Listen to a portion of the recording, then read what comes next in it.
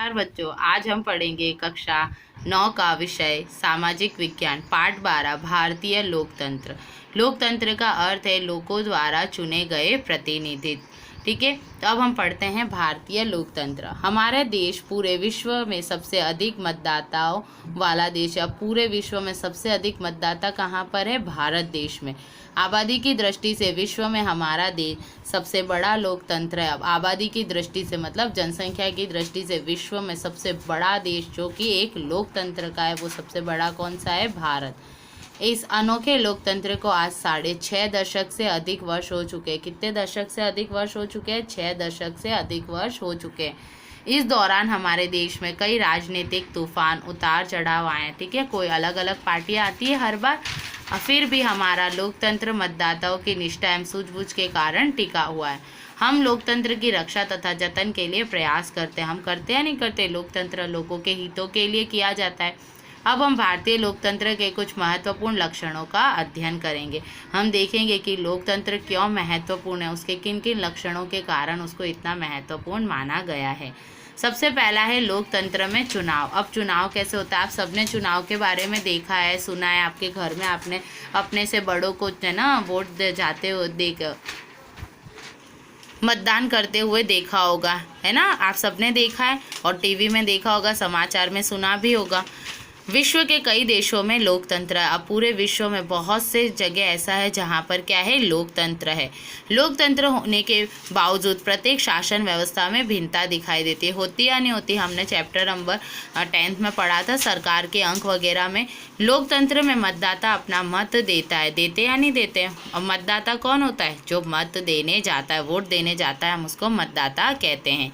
शासन व्यवस्थाओं में भिन्नता होने के बावजूद हर एक लोकतंत्र में मताधिकार और मतदान सर्वसामान्य विषय है। अब देखो, हर जगह की शासन व्यवस्थाएं अलग अलग होती है, लेकिन वहाँ पर एक क्या है, एक कौन सा लक्षण ऐसा है जो एक जैसा है कि लोगों को मताधिकार, समान मताधिकार है, मत देने का अधिकार है और मतदान सर्वसामान्य विषय है।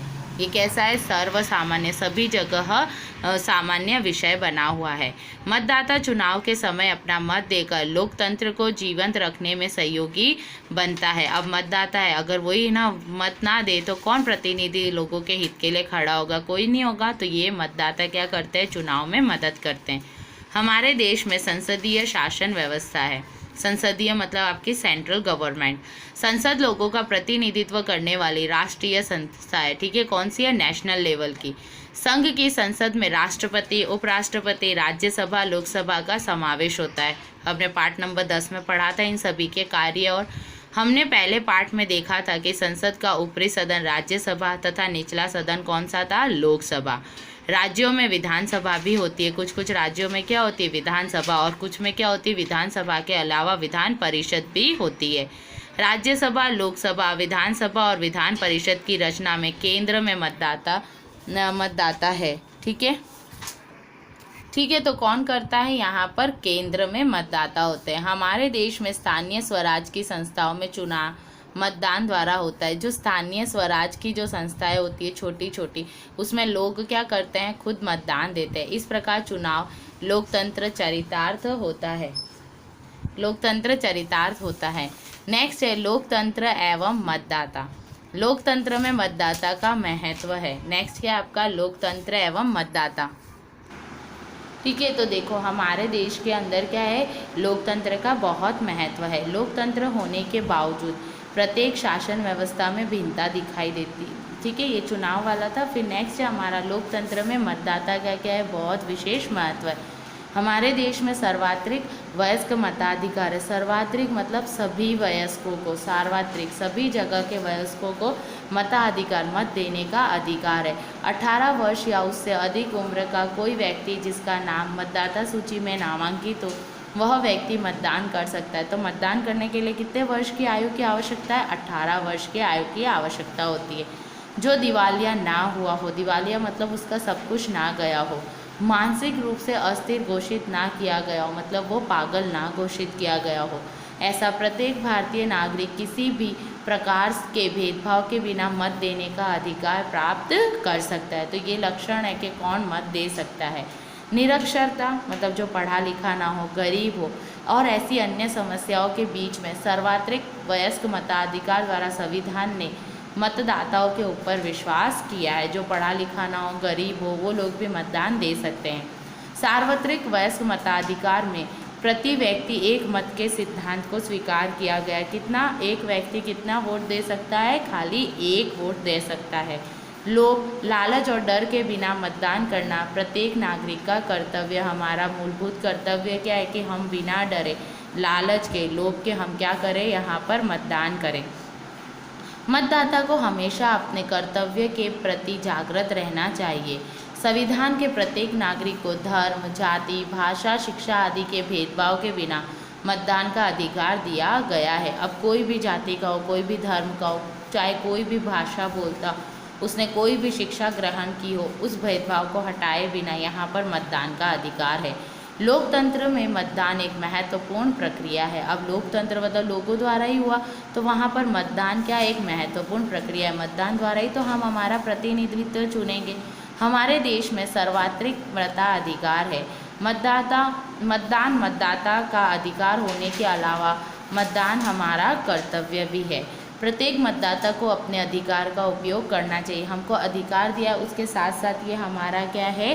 कर्तव्य भी बनता है। नेक्स्ट अब आपका इसका लक्षण है लोकतंत्र का आधार स्तंभ चुनाव। चुनाव को ही हम क्या कहते हैं? लोकतंत्र का आधार स्तंभ। लोकतंत्र का आधार अर्थात चुनाव। लोकतंत्र का आधार ही क्या है? चुनाव।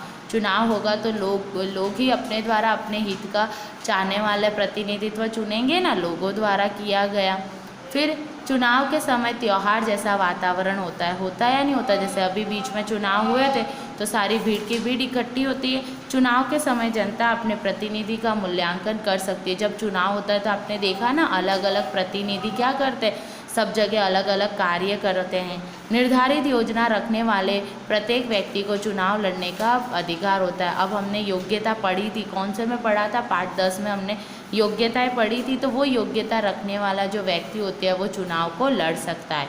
चुनाव में राजनीतिक पक्ष के साथ साथ निष्पक्ष मतलब निर्दलीय उम्मीदवार भी चुनाव लड़ते हैं। एक पक्ष होता है, एक विपक्ष होता है, दोनों छोड़ते हैं। चुनाव में जिस राजनीतिक पक्ष या राजनीतिक पक्षों के गठबंधन में सबसे अधिक उम्मीदवार विजयी हो वह सत्ता प्राप्त होती है। जैसे आपने देखा है कांग्रेस है, बीजेपी है, ऐसे बहुत सारे आम जनता पार्टी और ये सब।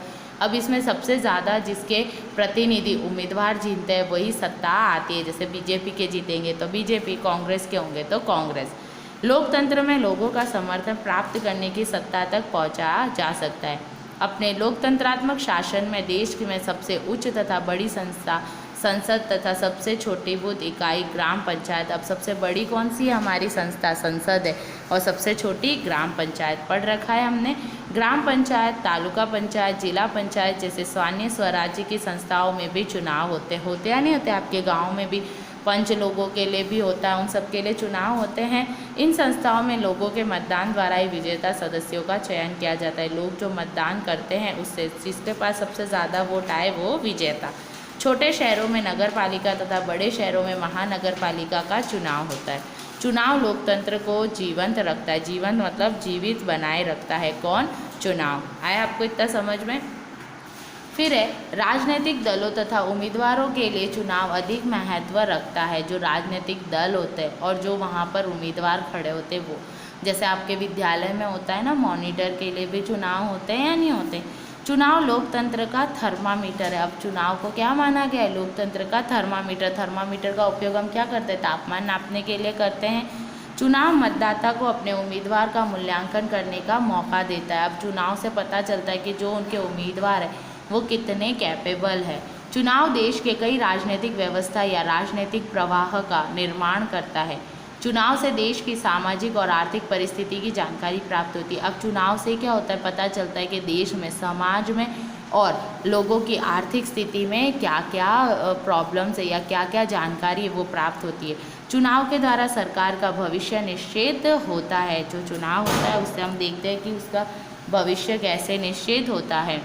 राजनीतिक दलों के अलावा अपक्ष तथा विभिन्न संगठन भी चुनाव लड़ते हैं। संसदीय लोकतंत्र में जिस राजनीतिक पक्ष के उम्मीदवार सबसे अधिक संख्या से चुने जाते हैं वो गठबंधन के आधार पर चुने गए सदस्यों का समूह सत्ता प्राप्त कर सरकार की रचना करते हैं। जैसे अभी कौन सी सरकार है हमारी, बीजेपी की है, राजस्थान में हमारी कांग्रेस है, गुजरात में बीजेपी है। इसी तरह लोकतंत्र में लोगों का समर्थन चुनाव द्वारा ही जाना जा सकता है। प्रजा के समर्थन द्वारा ही सत्ता प्राप्त की जा सकती है। अब प्रजा का समर्थन नहीं होगा तो उस उम्मीदवार अगर वो नहीं जीता तो उसके पास सत्ता नहीं होगी या सत्ता को टिकाए रखा जा सकता है। चुनाव लोकतंत्र का प्राण है। अब चुनाव को क्या माना गया है, लोकतंत्र का प्राण। चुनाव नहीं होगा तो कोई भी प्रतिनिधित्व नहीं जीतेगा, इसलिए चुनाव प्रक्रिया पारदर्शी हो यह अत्यंत आवश्यक है।